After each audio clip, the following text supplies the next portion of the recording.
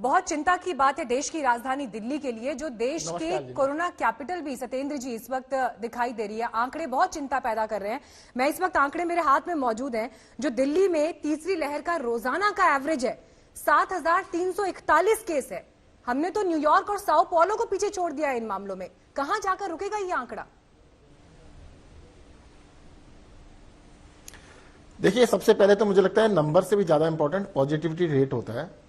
अगर जैसे हम टेस्ट बढ़ा रहे हैं, हमने 60,000 के करीब टेस्ट कर रहे हैं, अगर कई सारे राज्य हैं टेस्ट नहीं कर रहे, अगर वो टेस्ट नहीं कर रहे हैं, कम टेस्ट कर रहे हैं, तो आप ये नहीं कह सकते वहां पर केसेस कम हो गए हैं। दिल्ली के अंदर टेस्टिंग 50,000 से 60,000 रोज हो रही है।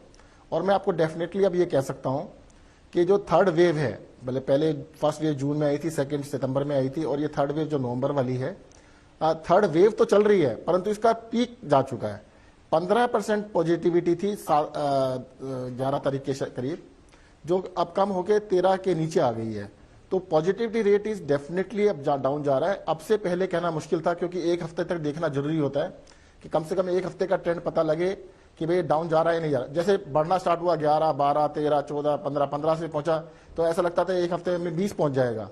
तो वो 20 ना पहुंच के 15 से कम होके 13 से नीचे आ गया है। तो डेफिनेटली कह सकते वेव जो थी उसका पीक जा चुका है। अभी हम थर्ड वेव में चल रहे हैं। नहीं, लेकिन नीति आयोग की बात तो कुछ और दिखाई दे रही है। नीति आयोग का एनालिसिस ये है कि 500 केसेस पर मिलियन बढ़ेंगे आने वाले हफ्तों में, जो कि अब तक जो आंकड़ा था पर मिलियन 361 का, उससे कहीं ज्यादा है। इसे आप कैसे देखते हैं?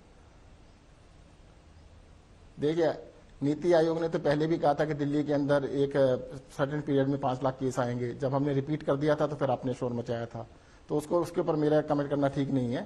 देखो, मैं आपको ये डेफिनेटली कह सकता हूं कि जो 13% पॉजिटिविटी आई है, 13 से नीचे आ गई है, जो 15 थी, ये क्लियर ट्रेंड है कि अब डाउन ट्रेंड चालू हुआ है।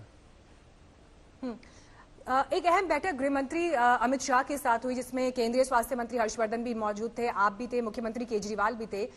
चूक कहीं ना कहीं तो दिखाई दे रही है ना दिल्ली की परिस्थितियों में, क्योंकि जिस तरह से आंकड़े बढ़े हैं दिल्ली में बेतहाशा अप्रत्याशित, 15 सुनिए, जिस तरह से सेंटर को इंटरवीन करना पड़ा है, क्यों उन्हें हाथ में लेना पड़ा है? इसका मतलब कहीं ना कहीं दिल्ली में साधन और जो हालात काबू में करने के लिए जो व्यवस्थाएं होनी चाहिए थी, उनमें कमी तो दिखाई दे रही है ना सर? नहीं, देखिए, केंद्र को सहयोग जरूर सभी राज्यों को करना चाहिए, दिल्ली भी उसमें से एक है। 15 दिन पहले केंद्रीय हेल्थ मिनिस्टर हर्षवर्धन जी ने मीटिंग की थी वीसी के ऊपर। मैंने उनसे रिक्वेस्ट की थी कि उनके सरकारी जो अस्पताल दिल्ली में, उनके अंदर बेड बढ़ाए जाएं, आईसीयू बेड खासतौर से बढ़ाए जाएं। मुख्यमंत्री जी ने भी 7 दिन पहले लेटर लिखा था गृह मंत्री जी को कि भाई, इसमें चिट्ठी में लिखा था कि भाई दिल्ली के अंदर जो उनके सरकारी हॉस्पिटल हैं उसमें बेड बढ़ाए जाएं, आईसीयू बेड बढ़ाए जाएं। हाँ ठीक है, परसों वाली मीटिंग में वो एग्री कर गए हैं, और उसके लिए हम उनका धन्यवाद करते हैं कि वो आईसीयू बेड्स बढ़ाने के लिए तैयार हुए हैं। परंतु ये रिक्वेस्ट तो हमने 15 दिन पहले भी की थी। तो उस समय आपकी रिक्वेस्ट को सुना नहीं गया? नहीं, तब हाँ, मैं यही कह सकता हूं कि भाई 15 दिन पहले रिक्वेस्ट की थी, मुख्यमंत्री जी ने 7 दिन पहले रिक्वेस्ट की थी, परंतु 2 दिन पहले सुन लिया। उसके लिए धन्यवाद कहेंगे कि हाँ जी ठीक है, उन्होंने कहा है कि वो भी अपने यहाँ पर बेड्स इंक्रीज करेंगे। देखो, मैं आपको बता दूं, दिल्ली में जितने लोग इलाज कराने आ रहे हैं ना, उसमें सिर्फ दिल्ली के ही नहीं है, दिल्ली से बाहर के लोग भी हैं। दिल्ली से बाहर की भी बड़ी संख्या में, और ज्यादातर जो सीरियस होते हैं वही बाहर से आते हैं। जो नॉन सीरियस है वो दिल्ली इलाज कराने नहीं आ रहे हैं। तो इसमें बहुत बड़ी संख्या दिल्ली से बाहर के लोगों की भी है जो इलाज कराने के लिए आते हैं। और जो काफी सारे लोग ऐसे हैं जो अपने रिश्तेदारों का एड्रेस, अपने दोस्तों का या जानकारों का एड्रेस दिल्ली का लिखवा देते हैं। तो उसको लगता है कि भाई दिल्ली का एड्रेस लिखवाना बेटर रहेगा, वो दिल्ली में ही काउंट होते हैं सारे सारे। नहीं, लेकिन सर इस बात से इनकार तो नहीं किया जा सकता ना फिर भी कि दिल्ली में हालात बहुत बेहतर है। अभी कुछ देर पहले जब मैं आतिशी से बात कर रही थी, उनका ये कहना था कि त्योहार हैं, त्योहार में फेस्टिवल्स की वजह से ये नंबर बढ़ने की आशंका पहले से थी। अगर ये आशंका पहले से थी तो उसके लिए जो इंतजाम थे वो क्यों नाकाफी साबित हुए? नहीं, देखिए, इंतजाम 2 तरह के हो सकते हैं। एक होता है कि कोविड ना हो, दूसरा हो सकता है उसका इलाज कैसे किया जाए।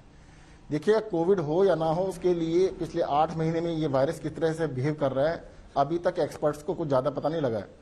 अमेरिका में, यूरोप में फिर से एक वेव आ गई है।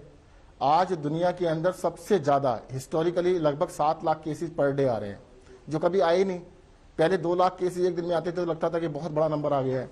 तो अब 7 लाख के आसपास पर डे केसेस आ रहे हैं। तो इसका जो वायरस का बिहेवियर है, और ये कह देना कि दिल्ली के अंदर आज हो सकता है, दिल्ली के बाद दूसरे राज्यों में कल हो जाए, तो इस बात के पीछे, इस बात से वो नहीं होना चाहिए। दिल्ली में तो सबसे पहले केस दिल्ली में ही आए थे, क्योंकि दिल्ली में जब बाहर से फ्लाइट्स आई तो सबसे पहले ज्यादातर केस दिल्ली में ही थे। आज मैं मानता हूं कि दिल्ली के अंदर थर्ड वेव चल रही है, बट इस वजह से आप ये नहीं कह सकते कि बाकी जगह ये वेव हो सकता है 15 दिन बाद आए या 1 महीने बाद आए। तो ये बिहेवियर कैसे करेगा उसके बारे में कहना बहुत मुश्किल है। हाँ, दूसरी बात, वायरस से इन्फेक्ट होने के बाद इलाज करने के लिए दिल्ली सरकार ने पूरे प्रबंध किए हुए हैं, और अभी भी हमारे लगभग 16,000 बेड हमारे पास अवेलेबल हैं, जिसमें से 8,000 के करीब बेड वेकेंट भी हैं।